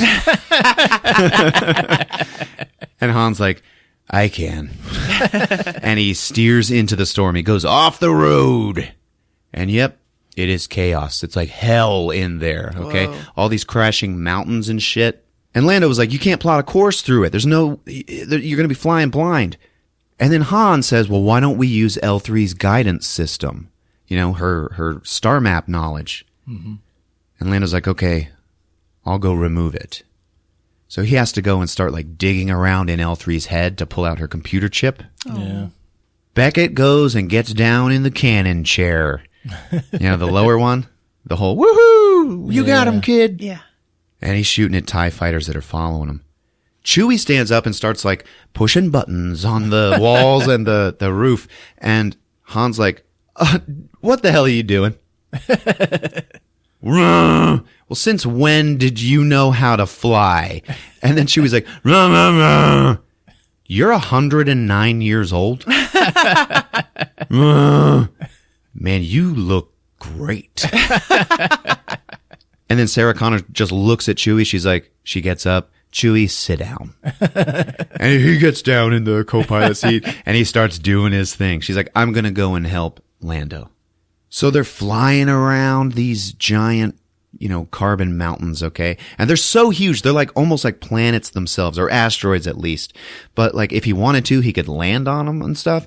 But so he's, he's evading these TIE fighters and, you know, making sharp turns. They're crashing and stuff like that. And he's got this one left on his tail, okay? And he just says to Chewie, all right, drop the landing gears. Chewie's like, no, don't worry. I learned this from a guy named, Needles Dickpin. He was the best street racer on Corellia. And, man, he was great. He did die, though, when he crashed. Trying to do what I'm about to do right now. Oh, no. So he puts down the landing gears, and then he just lands on this asteroid and just slides and turns around and shoots the thing, I guess. I don't know. Anyway, insert random TIE fighter death here. Yeah. They run in with L3's computer chip, and they put it into the cockpit computer. And Lando's like looking at it and he's like, oh man, she's starting to interact with the Falcon. She's a part of the ship now. Damn. And it's like, oh, okay. That's why. It's another reason why the Millennium Falcon is so great. It's got a great onboard computer. Yeah. Oh, look at this. She's making a computer model of the Maelstrom. And you can see, yep, this little lasery grid-looking thing. She says we're approaching the Maw. And they're all like, what the hell's the Maw? Because now they're in uncharted territory. And it's only Han Solo flying why they're not dead yet. Yeah. And they come through this one cloud and they just see this giant eye in front of them open up. Whoa. Oof. And it's like, holy shit. And then all these other eyes open up. And they're all on the same monster. There is a giant octopus space monster that lives in the Maelstrom. Oh my gosh. And they're like, holy shit, is that the Maw? No, I don't think this is the Maw. So, but they still have to like run from it, fly away. And it's like launching tentacles at them everywhere. Han kind of crashes into one. Sorry, my bad. Then they come through another cloud and there is a giant black hole in the very center of it. Like, okay, that's the Maw, okay? But instead of being black, it's red, so it's cool looking. It's a gravity well! And it's just pulling everything into it. So I don't understand how the storm stays there. Yeah. Or the planet. But it's a thing, all right? They're trying to run away from this tentacle monster, okay? Lando is standing behind Han, and Han's like, let's see if it'll follow this. And he launches the escape pod. And Lando's like, no, man, that's my new escape pod. And then the escape pod launches off of the front of the ship, and it now exposes the double dagger. Oh, look. dang. Ah, there you Cool. go. Yeah. So it does work. The monster follows and snaps up the escape pod, and it gets caught in the gravity well. So it's like being pulled in, and they're like, gonna escape this monster. All right, cool. Wow. But now they can't move because they're sort of caught in the gravity well also. And it's like, what the hell are we gonna do? We are gonna die, man. Wait, aren't we carrying a whole bunch of unrefined space herpy fuel? Yeah. Why don't we use some of it to get out of here?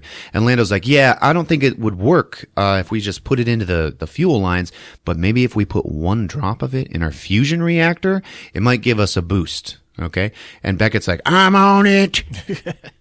So he has to go and like extract it with, like a syringe. And he opens up the fusion reactor, puts a drop of it in, and then boom! The engines to the Millennium Falcon just die. Oh, God. And they start spinning towards the gravity well. And you just see Lando, and he's just like, shit. And then it just cuts to outside, and then the Millennium Falcon's engines just go, boom! And it just fires forward. Whoa. And like the coolest thing you've ever seen the Millennium Falcon do. It's like leaving a blue streak behind it. Okay. So they fly out of the gravity well, and now they're going between carbon mountains and stuff too now. And up ahead, yep, there's two of them that are crashing together slowly. Oh. And Han's like, hey, Sarah, you remember that thing we did in the alley on Corellia? She's like, yeah, it didn't work, asshole. And he's like, it's gonna work this time. Chewie, when I say, take us to light speed. I'm like, okay. So he does it. At the very last second, pew, they shoot out of there. Nice. They go to this near little planet, which is kind of deserty. It's got an ocean, but it's all dry, okay? And this is where the refinery is. They slam down into the sand, and they're yelling over the radio, we need to, refine this space herpy now, okay, or it's gonna explode. And Beckett, when he was, like, taking the sample, the space herpies are, like, starting to turn black, because they're getting ready to explode. Oh. Mm-hmm. And they do. They get that stuff out and into the refinery just in time. Okay. And the place is run by like these old tribe people that probably don't see much action or space herpes for that matter. But, there's some here now and we're going to refine it for you. While they're like loading it, Han Solo is like, hey, I just made the Kessel Run in 12 parsecs. And they're like, no, you didn't. Lando looks at Han and he's like, you know what? I hate you. Oh, come on, man. No, yeah, I'm going to go into my ship in my quarters, and I'm going to wait for my cut of the money. And then after that, I never want to see you again. And Han's just like, never? Come on, man. And then he goes and finds Sarah Connor. And he's like, I want you, baby. We are going to take our money and I'm going to buy a ship and we're going to get out of here and do what we always wanted to do. She's like, no, man, I owe Vision now. You know, Paul Bettany. I'm owned by the Crimson Dawn. And you don't want to make enemies with the Crimson Dawn, man. I'm serious.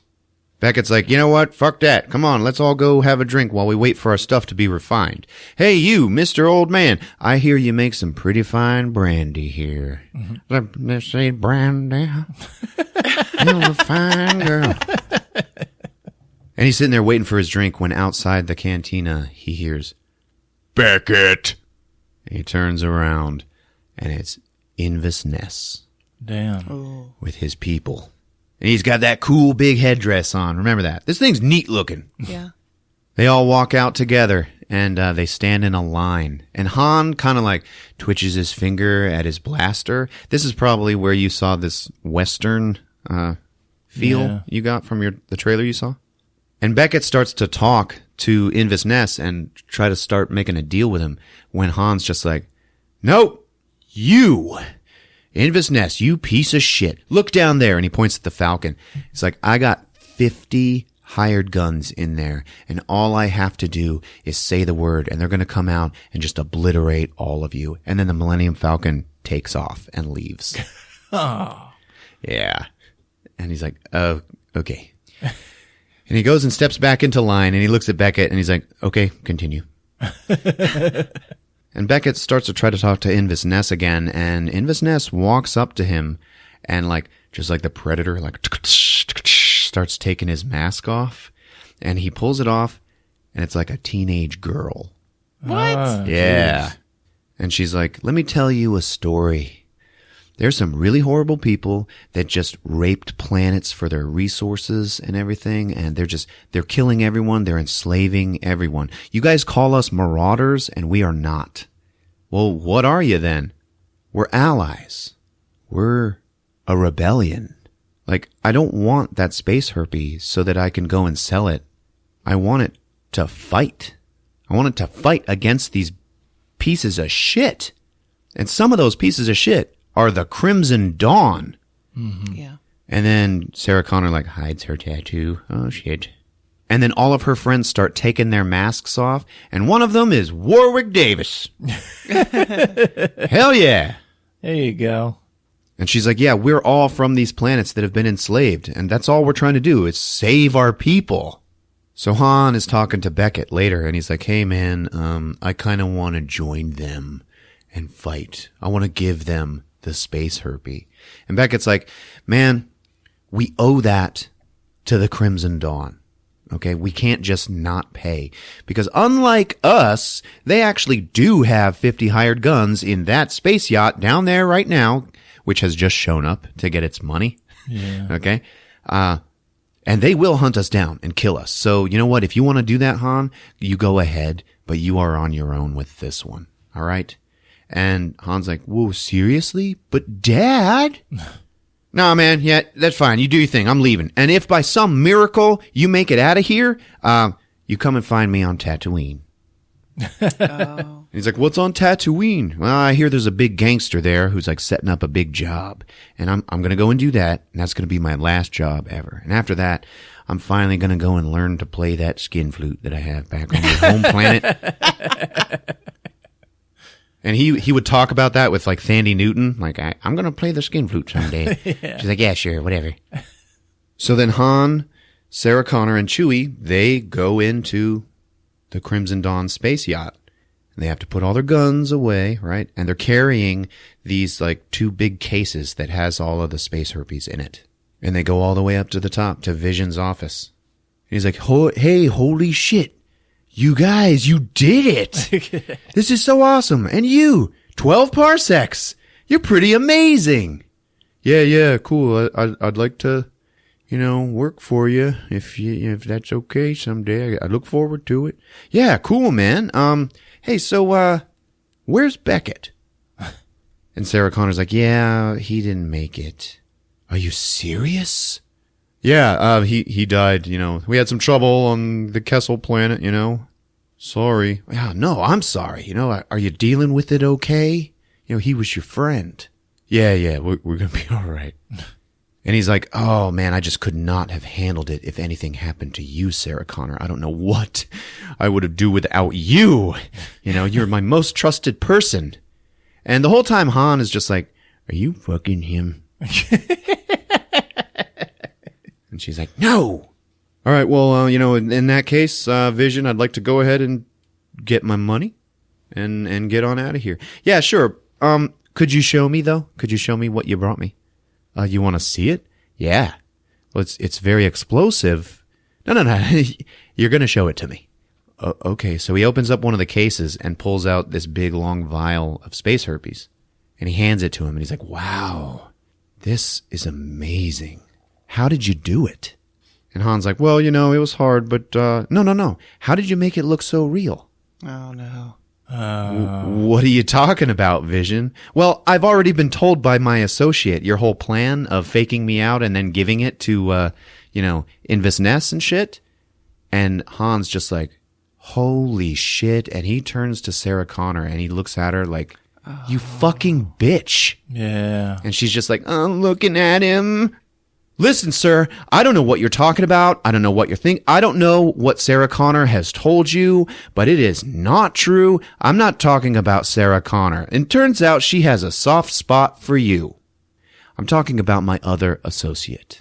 And then the door opens up and in walks Beckett. You're like, sorry, kid, I got a big dick. What are you going to do? I need the money. What's up? And outside, all of these private soldiers of the Crimson Dawn, they pull guns on Invis Ness and her friends. Mm-hmm. And she's got her mask back on, like they're like getting ready to. They're actually loading up the real space herpes, and they're gonna leave. So now they have to stop and put their hands up and shit. Beckett looks at Han and he's like, "Man, I told you, buddy. I all but told you. I said don't trust anyone. Always assume that everyone is going to betray you, Han." And Han's like, yeah, you told me. And you told me that people are predictable. Okay, I heard you when you were playing chess with Chewie. And I want you to know that you are predictable too. Fuck are you talking about? And now we see the soldiers rip the masks off of Invis Ness and her soldiers. And they're just the old people that work at the refinery. Oh. And they're like, what the hell? And then the real Marauders are behind them, and they take them down and they kill them all. Wow. One of them, Warwick Davis, he like shoots a rocket at some asshole. And Han's like, yeah, they don't have the space herpes.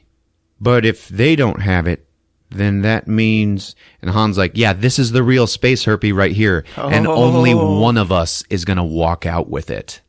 And right then Beckett's like, okay. And then he just shoots Vision's two other guards that are in the room, and he kills them.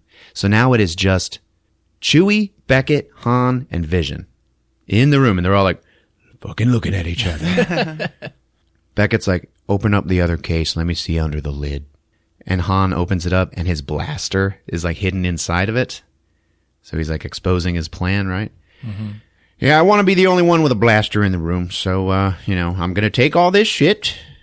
And Chewie, you're going to carry it for me. You're coming with me. He's holding him at gunpoint. Chewie's like, yeah, okay, guys. And Vision's like, Beckett, don't do this. Come on, man. We had a deal. Yeah, sorry, buddy. I want it all for myself. And I just killed your guards, and your whole army is outside dead. So who the fuck are you? I'm taking it all. And Vision's like, yeah, you motherfucker. I'm going to fucking get you. So then he takes Chewie, carrying the cases, and they leave. And then Vision, Sarah Connor, and Han just dive over furniture trying to get the weapons that were dropped by the dead guards. Okay, and Vision grabs his weird little red laser knife, and they're all kind of hiding from each other. And Vision's like, hey, Han, why don't we reevaluate our business relationship and go and get Beckett together? Okay, we'll split the money. How about that? Yeah, fuck you, man. You're a piece of shit. Yeah, okay, that's what I thought you'd say. And then they start fighting and dueling, okay? And then Sarah Connor jumps in and starts fighting Han. Oof. Yeah. And she like gets him down on the ground and has a sword pointed at his neck. And he's like, babe. She's like, yeah, sorry. I work for Crimson Dawn. You know, they own me. And Vision's like, yeah, Han. Dude, the things she has done. Oh my God. Okay, you have no idea. And Sarah's like, yeah, it's what I was always taught here, to find my opponent's weakness. And then she's got the sword at Han's throat. And she's like, and I am yours. And then she just turns around and stabs Vision. And he's like, oh! And they got to fight a little bit. And she ends up, she kills that asshole. Shoots him dead. She, found a gun, killed him, stabbed him. I don't fucking know. And then Han's like, wait, okay, so are we together? She's like, yeah, totally. It's all good. All right. Why don't you go after Beckett? Because we are going to need something to buy our ship with. And I was like, why don't you just take this ship? Yeah, okay. He's like, all right. She's like, go save Chewie. I'm going to go through all of this guy's shit and find whatever valuables that we're going to need. And he's like, okay, all right, let's do this. And she's like, yep, get going. So he runs out to go save his buddy Chewie. And then she walks over to Vision. She reaches down and pulls the ring off of his finger, which has the Crimson Dawn logo on it. Okay? She walks over to Vision's desk, sits down, and there's a little box on the desk with an impression for the ring. So it's a key. Mm-hmm. She puts the ring in it and turns it. And then a hologram communicator starts up. So we get a big hologram person that she's talking to. Okay? Yeah. Yep, Star Wars. It happens. Now remember, Vision had a boss. The boss of the Crimson Dawn. Yeah. And we just hear, hello. And we see this hologram. We start at its feet. Okay? And they're just, feet. But as the camera rolls up, we start to see that the legs are like robot legs, like with pistons in them and shit. Mm-hmm. And then from a farther away shot, we just see it's obviously some sort of robot, right? But it's in a big cloak, all right? With a hood, and you can't see its face. And she's like, sir, I regret to inform you that Vision is dead. He's been killed. And Beckett has run off with the space herpes. And he's like, yeah, okay. Well, congratulations, Sarah Connor. You are now in charge. And then he reaches up and pulls his hood off. And ladies and gentlemen, it is Darth Maul. No! Holy shit. Yes! Survived episode 1. He has got robot legs now, and they show his face, and he's like, a lot older now. Okay, and he's not voiced by Peter Serafinowicz this time, but he's still played by Ray Park. Okay? Nice. Same actor, but he's voiced by the guy who does the Darth Maul voice in all of the cartoons and shit. Yeah. And he's like, okay, here's what we're going to do. You're going to come and join me on Dathomir. And then we are going to hunt Beckett down. We're going to kill him, take the space herpes, and we're going to kill whoever is with Beckett. Okay? And Sarah Connor is like, okay, I guess I'm going to kill Han and Chewie. Yeah. She's like, yes, sir. And he's like, damn right. And then it just cuts away to Beckett and Chewie walking on the cliffside, trying to get away. Yeah. And the rest of this story keeps happening while you're like, fucking Darth Maul. Yeah. What the fuck? Like, why do I have to keep thinking about things?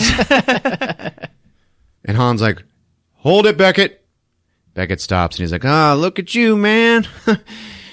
Man, you got out of there. Good job, buddy. Man, you sure are a resourceful guy. Okay, I have taught you well. And Han's like, yeah, man.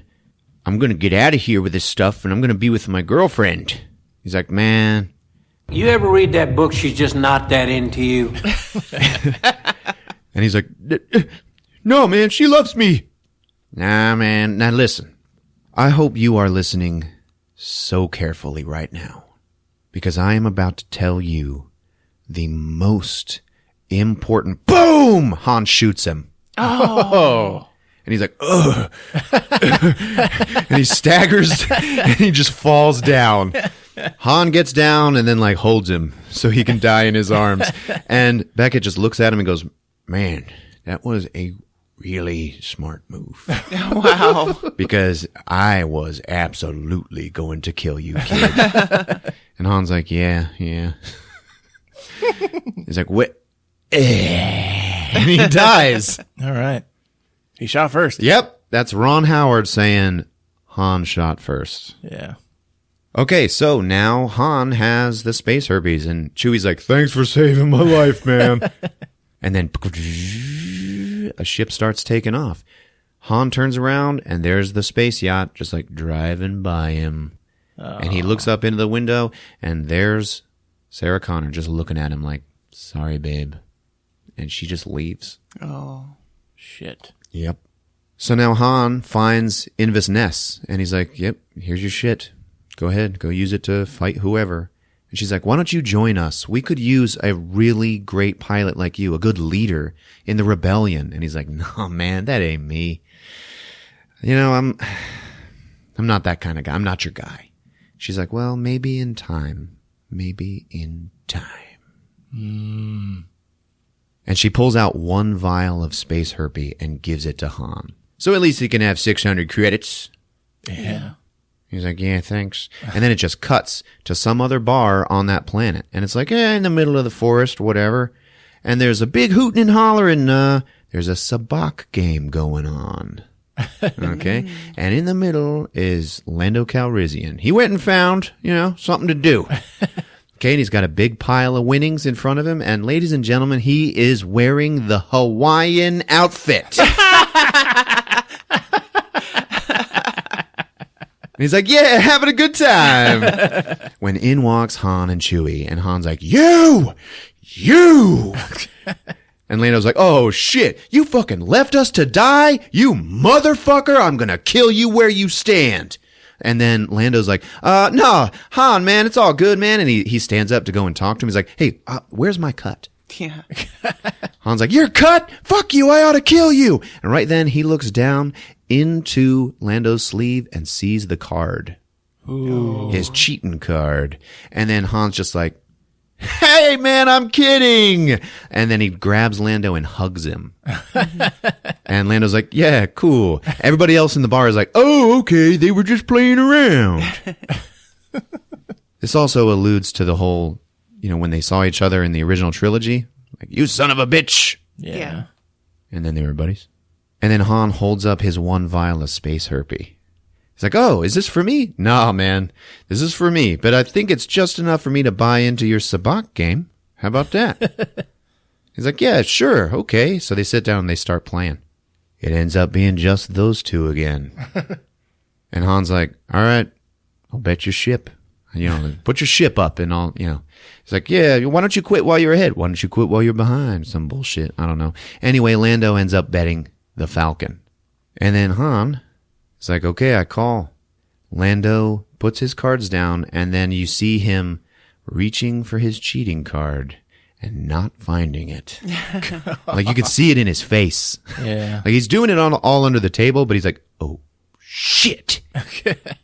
It's like, so he's just got like a little full house or whatever. And then Han's like, oh man, if you only had this. And he holds up the cheating card. And he's like, laying his cards down, and it beats him.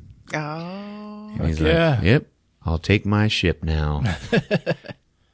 So then it just cuts to him and Chewie in the cockpit. And Chewie's like, well, I figure we'll go to Tatooine. Why? What's there? I hear about some big gangster planning a big job there. I don't know, man, Tatooine. And then Han's like, hey, come on, man. Have I ever steered you wrong? And then they both reach their hands onto the lever to launch the ship, and they push it together. Fuck yeah. Yeah. And then, da-na, credits, baby. All right. Really? That's it. Oh, awesome. Right? This is really good. Yeah, it was a good movie. I like it. Good job, Ron. Thanks. There you go. Solo, a Star Wars story on Movies with Ron. Sarah Connor made the right call, though. By leaving him and going back to Maul? Fuck yeah, dude. Wherever Darth Maul is, that's where you go. Oh, yes. Fucking There you coolest go. guy in the Star Wars universe. They were like, we need to fix a few things. Good job. And remember, Alden Ehrenreich has a 3-picture deal. Yeah. So we're looking at Darth Maul as the big bad guy, baby. Fuck Yes. yeah. And he's like not part of the Empire. Right. He's like rogue. Yeah, he's a crime lord now. Yeah. And he has used his Sith abilities to get there. Yes. Yeah. I wish I was there. All right, folks. If you're using that Apple Podcasts or iTunes, we'd love it if you'd leave us a rating and review. We're on Twitter at Movies with Ron. We got a Facebook page. We're on all your other favorite podcast apps and movieswithron.com. It's been fun. Yep, we love you. Good night, guys. Movies with Ron.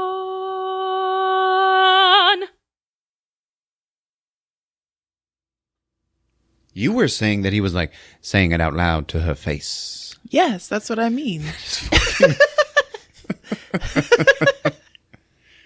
Like he's crazy. Like that's how he lives.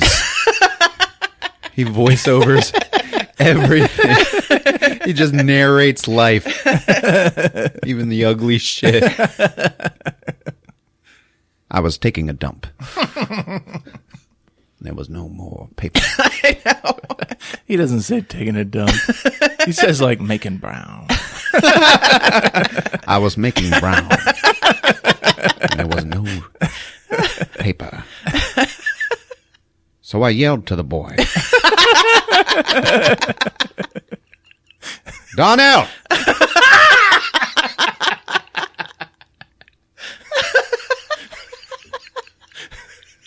Well, he came running.